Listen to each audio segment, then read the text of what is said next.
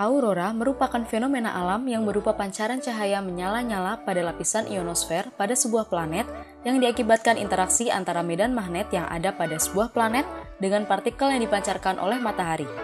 Di bumi sendiri, aurora terjadi pada bumi bagian utara dan selatan.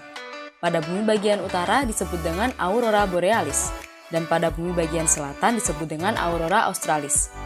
Aurora tidak selalu muncul pada sepanjang tahun, namun hanya muncul pada bulan-bulan tertentu, yaitu pada bulan September sampai Oktober dan Maret sampai April. Pernahkah Anda bertanya-tanya kenapa aurora bisa terjadi dan kenapa hanya pada bagian kutub bumi saja yang muncul? Untuk lebih jelasnya, mari kita simak video berikut ini, namun jangan lupa untuk like, komen, dan subscribe channel ini agar tidak ketinggalan info menarik lainnya, serta share video ini pada orang-orang terdekat kalian.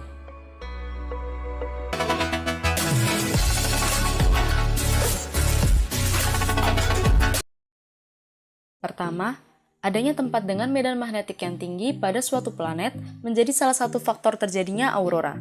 Pada bumi itu sendiri, medan magnetik yang tinggi terdapat pada bumi bagian kutub utara dan kutub selatan. Itu mengapa tidak akan terjadi aurora pada daerah khatulistiwa. Namun, jika itu terjadi pada daerah khatulistiwa, kemungkinan badai matahari yang besar sedang terjadi sehingga bisa memunculkan aurora. Kedua, terdapat angin matahari yang terdapat aliran bermuatan terpancar dari korona yang merupakan bagian terluar dari matahari.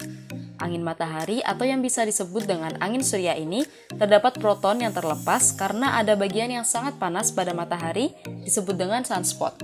Sunspot itu sendiri terbentuk karena adanya aliran konveksi yang berasal dari pusat matahari di mana tempat terjadinya reaksi termonuklir dan mengalir menuju bagian terluar matahari yang disebut dengan korona tadi.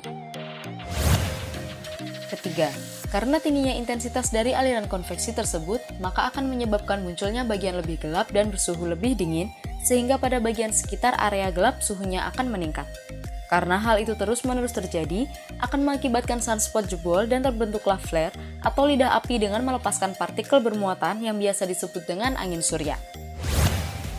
Keempat, matahari itu sendiri memiliki siklus di mana jumlah bintik yang ada pada permukaannya semakin banyak. Hal itu terjadi rata-rata setiap 11 tahun. Pada saat itu terjadi, maka jumlah partikel bermuatan yang akan dilepaskan semakin besar sehingga dapat memicu terjadinya badai matahari yang bisa mempengaruhi aktivitas manusia di bumi seperti gangguan pada jaringan telekomunikasi dan jaringan listrik.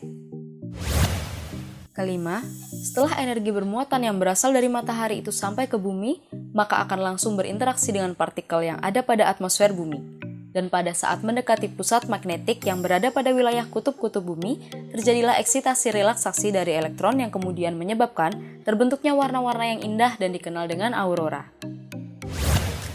Aurora ini bisa menjadi indikator untuk mengukur intensitas angin surya yang berasal dari matahari. Jika aurora muncul lebih lama dan lebih terang cahayanya, itu menandakan semakin kuat gangguan energi dari matahari. Dan hal ini sering terjadi pada saat matahari berada pada puncaknya yang terjadi setiap 11 tahun sekali. Karena aurora terbentuk dari sebuah reaksi partikel yang berasal dari matahari terhadap partikel atmosfer pada bumi dan juga dipengaruhi oleh daya tarik dari sebuah medan magnet, maka aurora dapat terlihat dan terbentuk pada wilayah-wilayah yang dekat dengan kutub-kutub bumi. Selain itu, polusi yang ada pada suatu tempat juga bisa mempengaruhi aurora dapat terlihat atau tidak.